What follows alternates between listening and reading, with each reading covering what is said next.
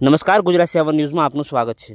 મહીસાગર જિલ્લાના વીરપુર તાલુકામાં ખેડૂતોની લાખોની જમીન અમૂલ ડેરીના ડિરેક્ટર રાજેશ પાઠકને આપી એવું લોકમુખે વાતો થઈ રહી છે। ગુજરાત રાજ્યમાં અને આખા ભારત દેશમાં બેરોજગારીએ હવે હદ વટાવી દીધી છે। અત્યારે યુવાનોને રોજગારી માટે રોડ પર આવવું પડ્યું છે।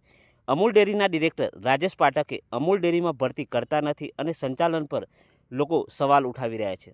બાલાસિનોર, વીરપુર, મહીસાગર જિલ્લાના યુવાનો અમૂલ બચાવો જેવા નારા સાથે ભારે સંખ્યામાં રેલી કાઢી હતી અને રેલીમાં પોલીસ બંદોબસ્ત જોવા મળ્યો હતો।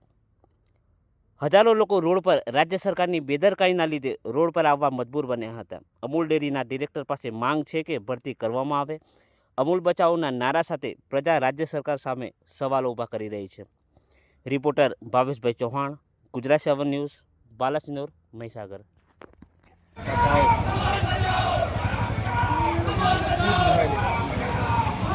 બચાવો